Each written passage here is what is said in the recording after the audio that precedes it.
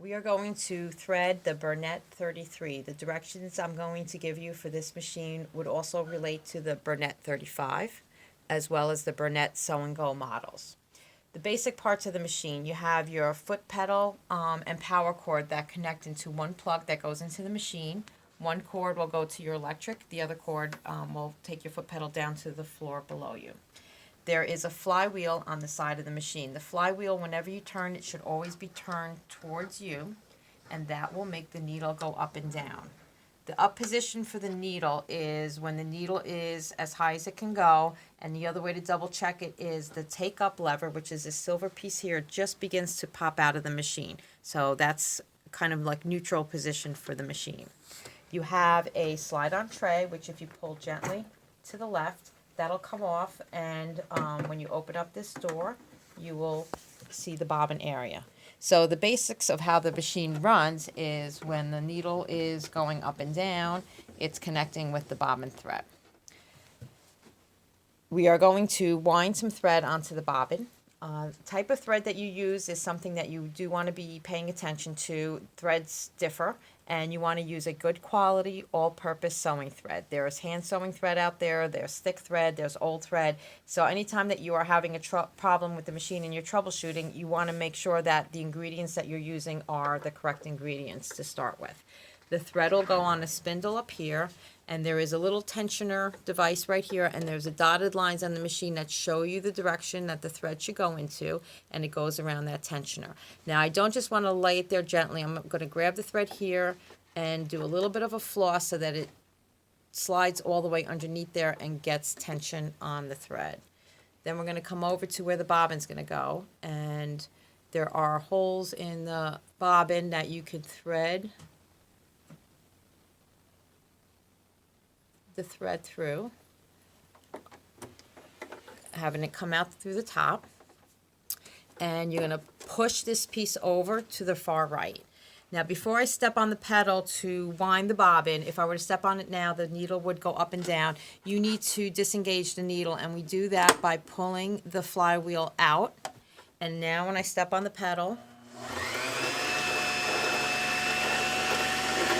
the bobbin will wind, and the needle will not go up and down. We need to clip this thread close to the bobbin. If I had thought about this, I would have had a scissor handy. Okay, I don't recommend that way. I really want you to take a pair of scissors and trim that thread off. There shouldn't be any extra thread. If you have a tail, it wraps around the bobbin, and it'll cause problems when it's inside the machine. And then you could continue to wind. If you kept going, the bobbin will automatically, the bobbin wind will automatically shut off once it's full. If you don't need that much thread, you can stop it at any time. Push the bobbin winder back over and re-engage your needle by pushing in the flywheel.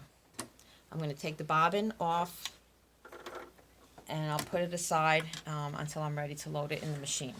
So, threading the upper thread. Any sewing machine should be always threaded with the presser foot in the up position. When the presser foot is up, the discs in here where tension is put on the thread, the discs are open, and it's a lot easier to thread something that's open rather than closed. So the thread's going to come through the first guide. It's going to come down through this tension disc. I get in the habit of taking a second to kind of floss that area too, just to make sure that that thread really engages in tension. I need to come up here to the take-up lever going in on the right. And once I go to the back, I pull forward going to the left, and it pops it right into the take-up lever.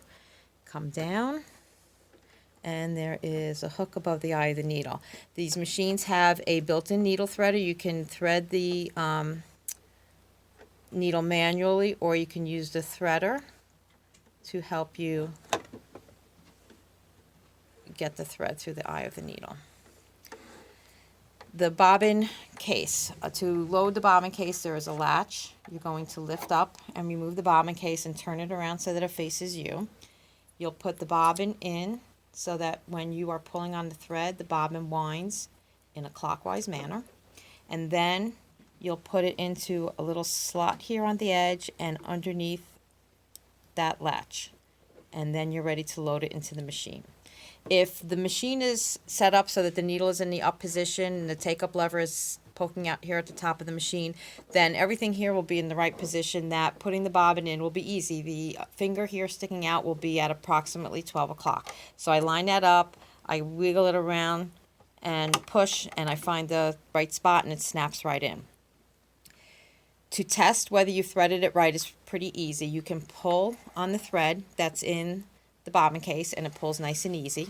If it's stuck, it's not in there right, or if the whole bobbin case comes out, it's obviously not in there right.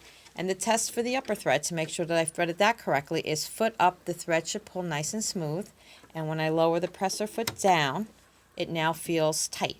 So I've threaded the machine correctly. Now I'm going to bring up the bobbin thread. So as I turn the flywheel towards me while holding the thread, a full revolution until the needle comes back up again. I've connected with the bobbin thread and I can pull it up. I put both threads through the foot and out towards the back. You have a handy thread cutter on the side of the machine which will cut the thread and leave the right amount for you for when you're ready to start sewing. I would close this all up, slide my case back on, and I'd be ready to sew. In order to sew, I'm going to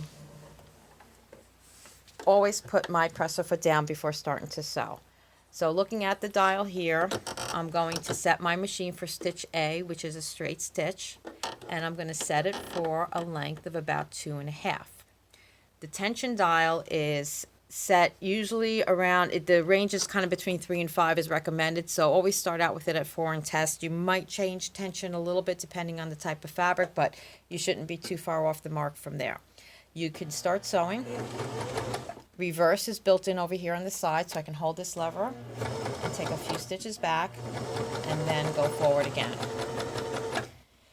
When you're done sewing, you're going to bring the needle all the way up out of the fabric, and what I watch more than the actual needle is I watch for the take-up lever coming back out here, because once this is truly up, the threads will release and you can take it out and cut it.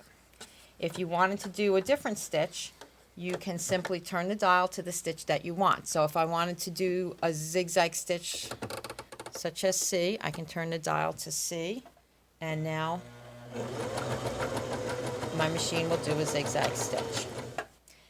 If I want to do the stitches on the bottom that are in red, I need to turn this dial to the red setting. When it's at S, it's now going to do the reverse motion stitches that are on the bottom here.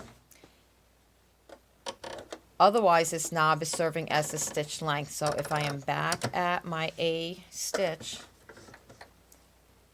I had it set for a stitch length of around 2.5 when I was sewing. If I went up to 4, it would give me a very big stitch, and if I went down to 1, it would do a very tiny stitch.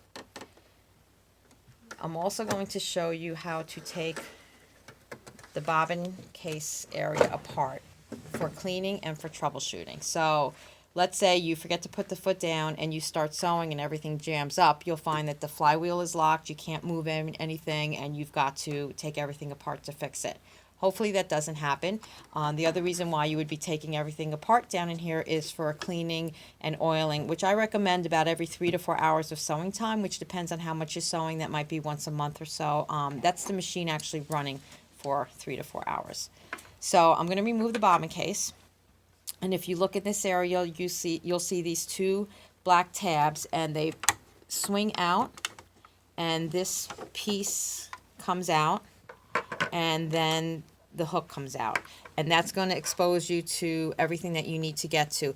In your accessory case, there's also a short little screwdriver that you can take the throat plate of the machine off by loosening these screwdrivers and popping this throat plate off, and you can get in underneath the feed dogs and remove all the lint and dirt in there.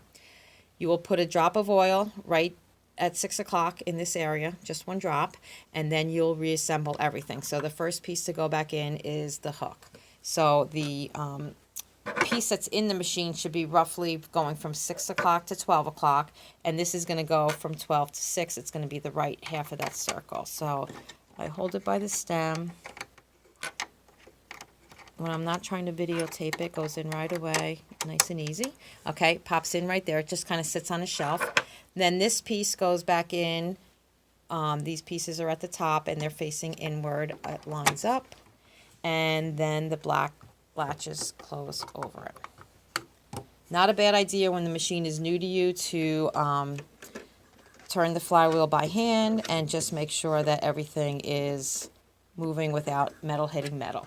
And then you can pop your bobbin back in. I'm doing my test by pulling on it, turning my flywheel to bring my bobbin thread back up to the top again. And I'm ready for sewing. Needles are a big part of the stitch formation. So if you've threaded it correctly, you're using good quality thread, and you're having any kind of problem with the stitching not looking right, chances are it's time for a new needle or a different needle. So needles are consumable. The point of it will get dull and it will wear down, and you need to put a new needle in from time to time. We kind of recommend every 3 to 4 hours of sewing time for needles as well. And there's also different needles for different types of fabric. So if you're sewing on denim, you do need a denim needle, heavier needle with a stronger point. If you're working on knits, you need a ballpoint needle, which has a rounded tip to it so it doesn't damage the knit.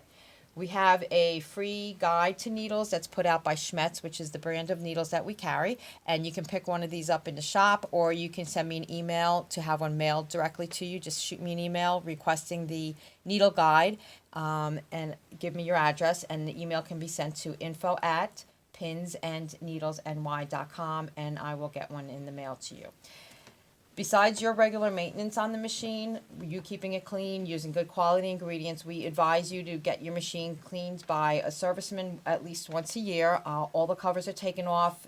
Lint and dust does build up inside the machine, and they clean and oil and reset all your tensions and timings and everything, and it'll make your machine last a lot longer. Enjoy your sewing.